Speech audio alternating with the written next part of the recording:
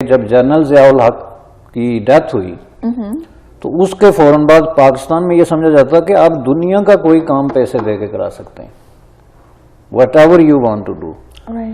تو اس میں پھر یہ جو انٹرنیشنل اسمگلر تھے, ہیومن ٹریفکر, جو لوگوں کو پیسے لے کے یورپ میں یا امریکہ میں یا دوسرے ملکوں میں بھیجتے تھے, ان کو پاکستان جو ہے نا وہ بڑا اٹریکٹیو ڈیسٹینیشن لگی, چونکہ ایک تو اس کا ویزا کوئی مسئلہ نہیں تھا. I don't know what is the situation now, لیکن اس وقت جو ہے وہ اس کا ویزا کوئی مسئلہ نہیں تھا. اس طرح کے ملکوں, افریقن ملکوں کے لیے ایسے ملک کھلا ہوتا تھا. وہ پھر کیا کرتے تھے کہ ایجنٹوں کو پیسے دے کے پاکستان میں آتے تھے جی, اور وہاں سے پھر ایجنٹوں کو پیسے دے کے یا جعلی پاسپورٹ خرید کے یا امیگریشن والوں کو برائب کر کے بغیر پاسپورٹ کے یورپین, امریکن اس طرح کی فلائٹس لیتے تھے. So that was a big chain, right under the eyes of all these intelligence agencies, police, law enforcement agencies, everybody knew that this is a big business going on. Right. لیکن ان کے کچھ کو اس سے کوئی interest نہیں تھی اور کچھ اس کے حصے دار تھے. تو وہ لوگ پھر آ کے جب لینڈ ہوتے تھے نا تو کئی دفعہ ایجنٹ ان کی تھری کام نہیں ہو سکا یا کوئی کانفلکٹ ہو گیا تو دے اینڈیڈ اپ ان دی جیلز اور ended up in the hospitals and they don't have money, اور ایجنٹ لے کے بھاگ گیا وغیرہ وغیرہ. تو I have seen them my self کہ کس طرح کی سچویشن میں جو ہے وہ ایک ڈارک آدمی ایسی سوسائٹی میں جہاں خود سارے ڈارک ہیں لیکن اپنے سے ایک شیڈ اگر زیادہ ڈارک ہے تو دے ہیٹ اٹ. رائٹ. شاکنگ کہ یہ درست ہے.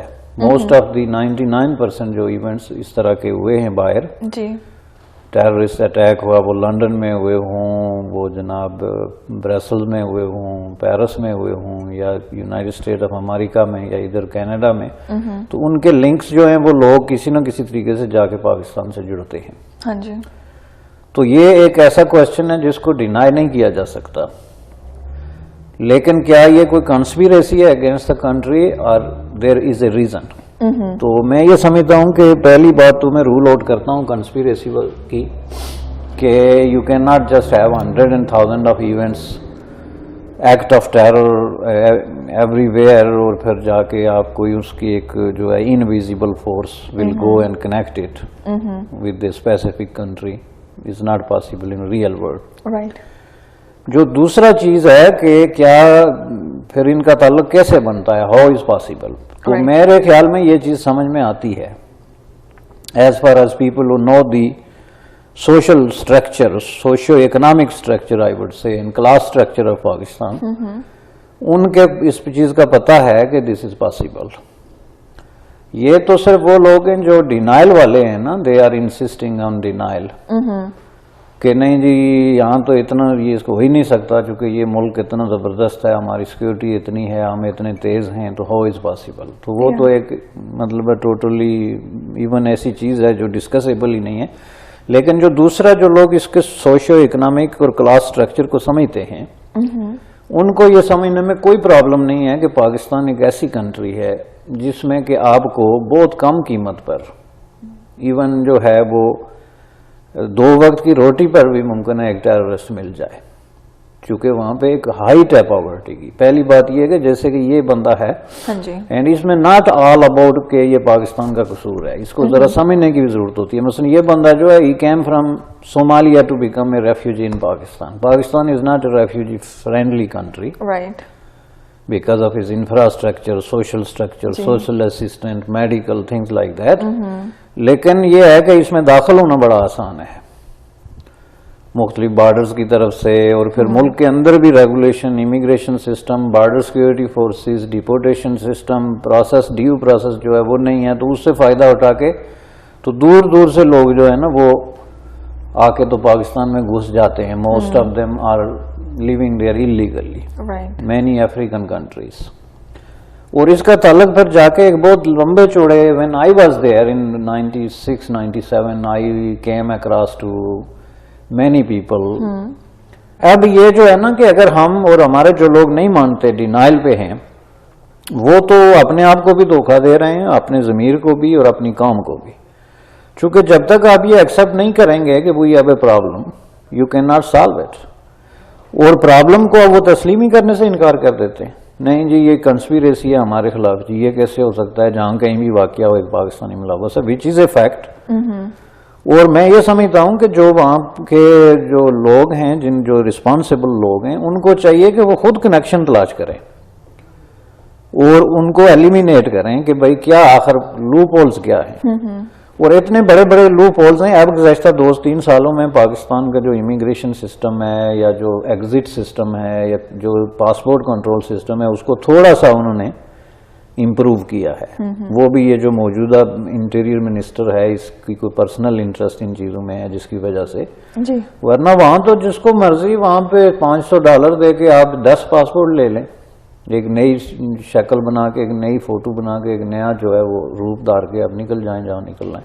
اب یہ بڑا سیدھا سا مسئلہ ہے چونکہ دنیا آپ لوگوں کے اس تنازع میں جو ہے وہ اگر مداخلت نہیں کرنا چاہتی اور آپ اس پہ انسسٹ کر رہے ہیں for years and years, more than 50 years کہ نہیں جی آپ آئیں اور ہمارے درمیان کو بات کرائیں, جبکہ آپ کو خود پتہ نہیں کہ ہم نے بات کرنی کیا ہے. رائٹ, یعنی یہ تو بہت ہی بچکانہ قسم کا ایک جو ہے میں سمجھتا ہوں کہ پلی ہے کہ فرسٹ آف آل مسئلہ کشمیر پر آپ کا جو کلیم ہے that is black and white. Pakistan کا جو کلیم ہے in Kashmir issue that is black and white.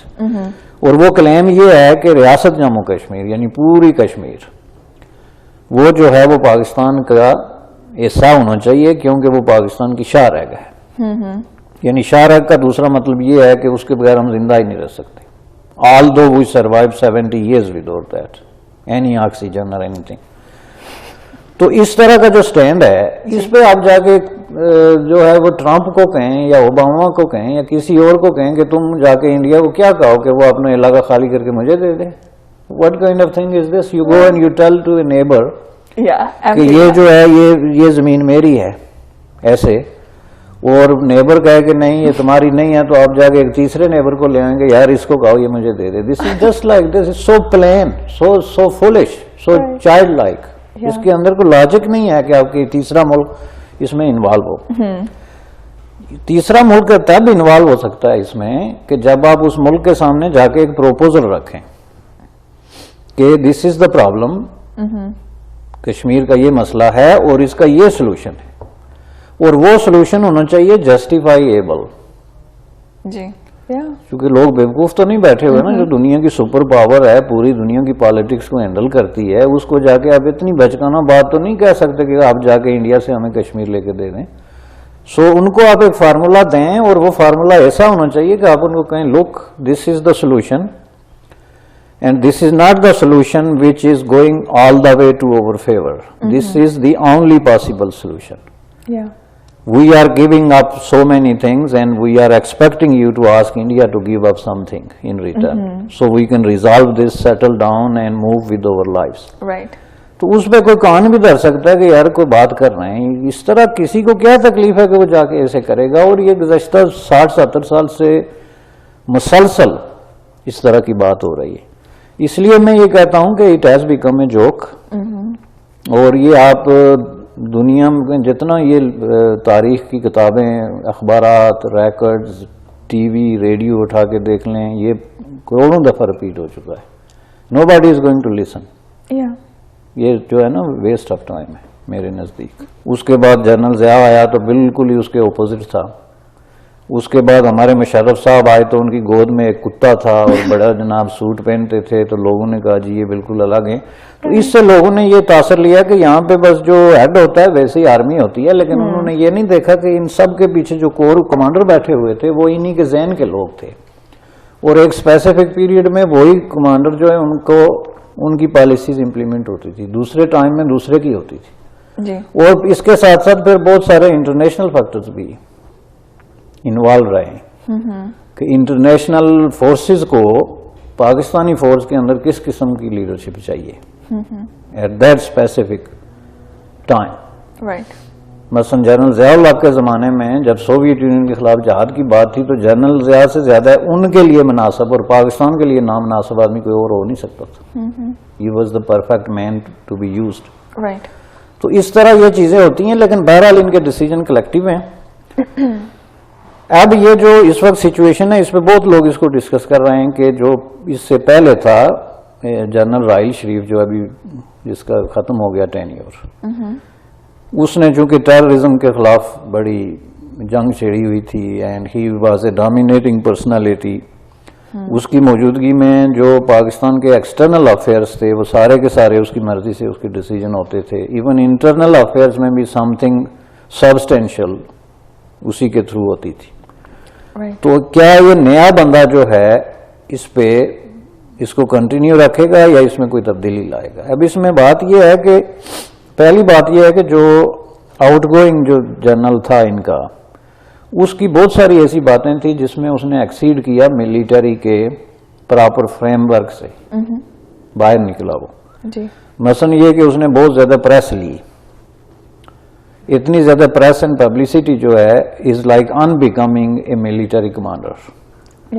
چونکہ ملٹری کمانڈرز جو ہیں they have nothing to do with publicity, press releases, public relations and these kind of things.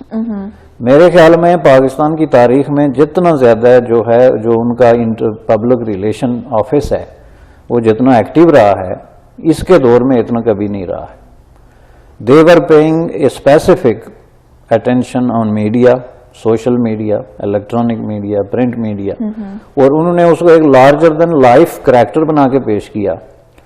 اور اس کے ساتھ media اس طریقے سے اس میں شریک کار ہو گیا کہ ان کا جو الیکٹڈ پرائم منسٹر تھا he went back in shadow, اور وہ ایسے لگتا تھا کہ یہ پرائم منسٹر نہیں بلکہ یہ پرائم منسٹر ہے، یہ تو اس کے ساتھ ایسے چلنے والی ایک جو ہے نا وہ چیز تھی. He went to that extent. تو میں یہ سمجھتا ہوں کہ خود اس کو بہت سارے لوگوں نے ریئلائز کیا کہ that was a little bit too much.